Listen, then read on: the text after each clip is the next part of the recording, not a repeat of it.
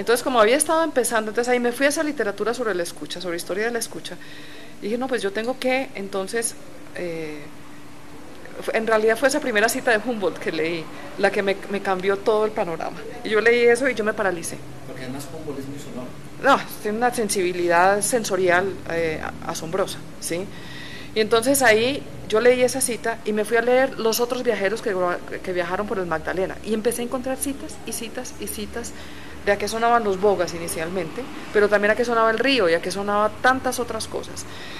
Y yo ahí dije, ¿y yo qué hago con esto? Y no supe qué hacer. O sea, por 8 meses yo me senté a leer el archivo, o casi un año, y no sabía mucho qué hacer.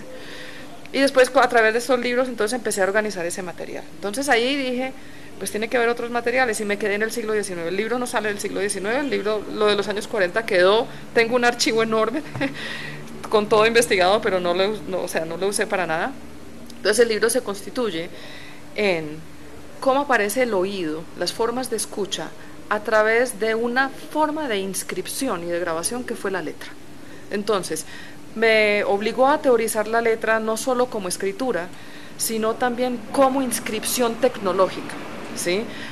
Mucho basado en teóricos que han hecho eso antes que mí. O sea, Lisa Gitelman, por ejemplo, hace una historia de los medios desde 1740 a 1920, creo que es el libro.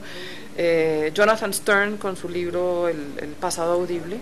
En fin, muchos otros teóricos que me ayudaron a pensar esto. Entonces ya no pienso en la letra solo como escritura, sino como grabación.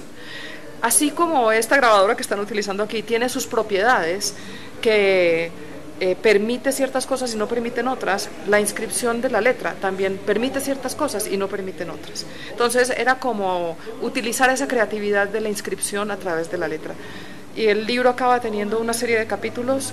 El primero es estas vocalizaciones que no aparecen mucho en la historia de los géneros musicales porque son descritas como de animales, ¿sí? Entonces, ¿qué quiere decir eso? El segundo es que es una canción popular en el siglo XIX, o sea, cómo se empieza a documentar la idea de la canción popular, el surgimiento del pensamiento folclórico, digamos, de así de alguna manera. Y los últimos dos son sobre lenguas indígenas. El tercero es cómo se documenta la lengua indígena hablada, la tensión entre la gramática de los misioneros y la creación de una gramática indígena y la escucha de esa lengua indígena. Y el cuarto es el mismo tema, pero ya en un debate más amplio sobre estéticas de lenguas indígenas y promulgación de leyes nacionales. Y ahí lo que hago es entonces es un pensamiento, digamos, de lo vocal, un poco ampliando